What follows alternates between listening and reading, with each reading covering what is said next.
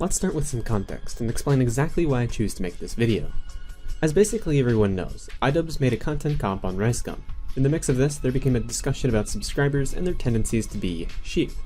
If you're not familiar with the term, let me define it for you. Sheep is a term to describe someone who unquestioningly does whatever his favorite YouTuber is advocating for.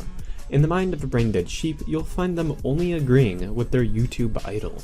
This, of course, is how the term is used on YouTube. The idea is that if someone like, say for example, iDubbbz attacks someone like Leafy is here, no matter how well thought out his points may be, there will still be Leafy fans that think he did nothing wrong. Now, because I don't particularly like using the term sheep, a better name for it overall would be subscriber loyalty, as you probably have already figured out by the thumbnail of this video.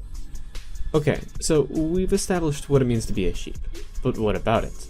Well, this specific individual, someone that I've talked about before, Keemstar, has seemed to be making quite a big deal about it lately.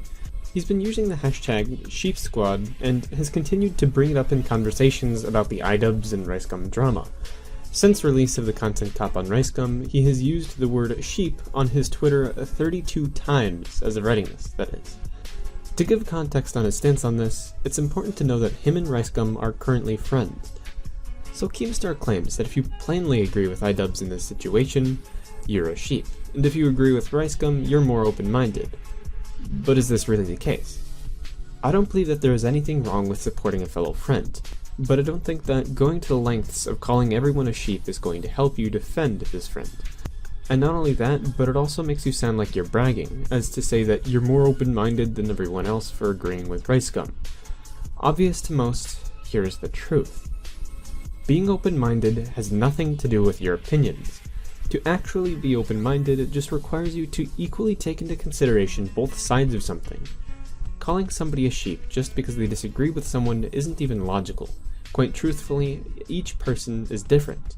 You cannot claim that every individual that agrees with someone is a sheep for agreeing with them. It's a case-by-case basis. If being a sheep is to mean someone that doesn't think for themselves, then how come I can properly evaluate each individual point that iDubbbz made and still end up agreeing with the majority of them? And how does this sheep method explain those who are split in between? Someone that disagrees with the things iDubbbz said and disagrees with some of the things RiceGum said. My point is, calling someone's entire fanbase sheep is simply wrong. Only a certain percentage of each fanbase consists of sheep. I don't think it's fair to be making assumptions about someone's fanbase in general. The person making the content and the people watching it are two different things. You could make the assumption that because somebody makes stupid content, only stupid people could enjoy it. But you have to remember that many people enjoy something for different reasons. I'll put it like this. Let's say you have two different people that watch Jake Paul. One of them might think he makes legitimately entertaining content, and the other may only find enjoyment in the stupid things that he does. Either way, you have two different people that like him for two different reasons, and you can't just make an assumption about those people for either one. My whole point in all this is that you should never make an assumption about a large group of people, and that goes beyond just YouTube. Let's take, for example, politics. This is where I seem to see it the most. I'll hear people say things like, if you support Donald Trump, you're racist, when really that's just an assumption about someone's inner intentions. Only the individual can be fully aware of their own intent. Now, if I were to make a video on someone criticizing their actions, I'm sure that a certain percentage of my audience would go and dislike the video at hand. That's basically guaranteed. So, to what extent would I myself be responsible for any hate directed their way? Well, that's actually a really hard question.